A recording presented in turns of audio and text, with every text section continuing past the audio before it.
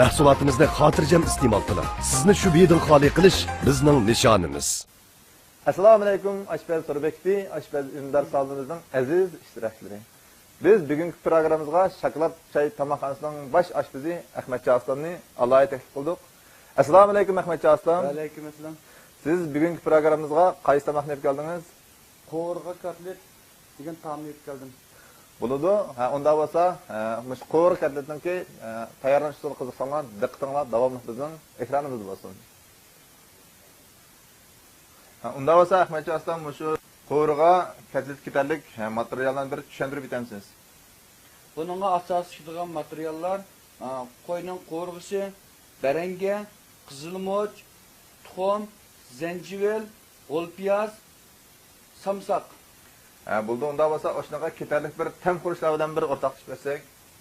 Buning asosiy ketadigan tam xurishlari tuz, tamchish tuqu, oqmoch, zira, qarmoch, kraxmal. Bundan da o'zgarmalar biz bugungi mush qo'rg'a kotlet ketarlik ham material va tam xurishlar bilan tafsil tushunib o'tdik. Unda bo'lsa buningga tayyorlash usulini tafsiliy bir ko'rib o'taylik. Unda bo'lsa Ahmadjon Aslan buning bir tayyorlanish tartiblarini boshlab ketsak.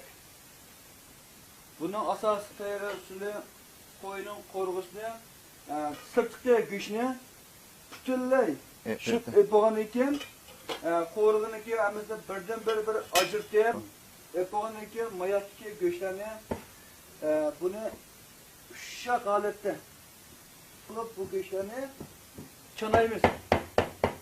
Barangini qaranchiq to'g'rib olamiz.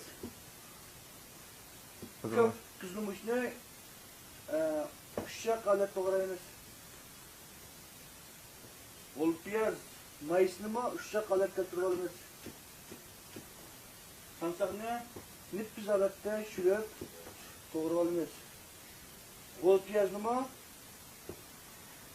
ushoq holatda to'g'rib olamiz. Zanjirni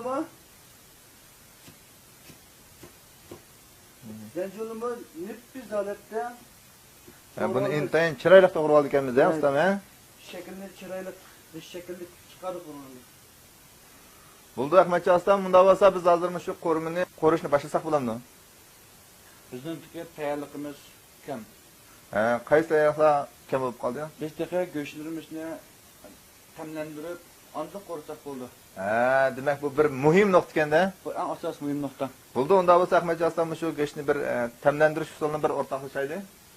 Bu go'shtdagi asosiy tamlantirish usuli asosiy bo'lgan bizga tuz, tamchi tuqsi, oqmoch, zira, qarmosh qatorlarni solamiz.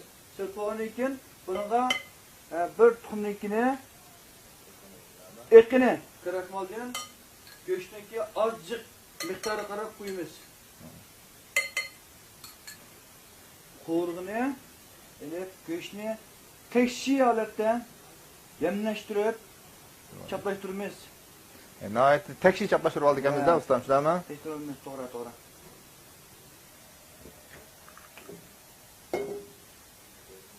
Qo'rg'a kotletni qo'rishni boshladik. Buningga 1 kilo atrofida suv may qo'yib olamiz. Endi tushib bo'lgan mayga qo'rg'ini bir-birlab solamiz. Chaplash qilmoq uchun vaqtga shumishib qo'yamiz. Endi pishib bo'lgan qo'rg'ini suzimiz. Endi yog'iniga uchligi ushoq quzg'unlarni suzib o'tamiz.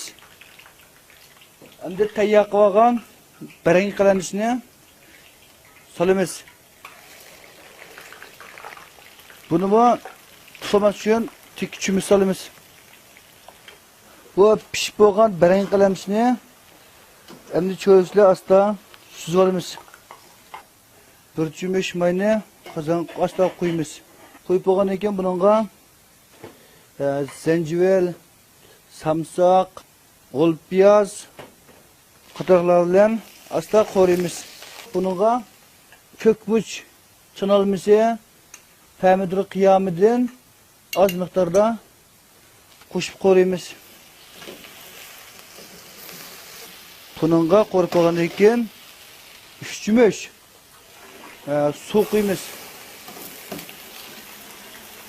Bununğa tuz, tam tetqisi, oqmosh, zira solamiz. Sepog'andan keyin biz tayyor qilib olgan qo'ri kotletni endi sho'rpaga solamiz.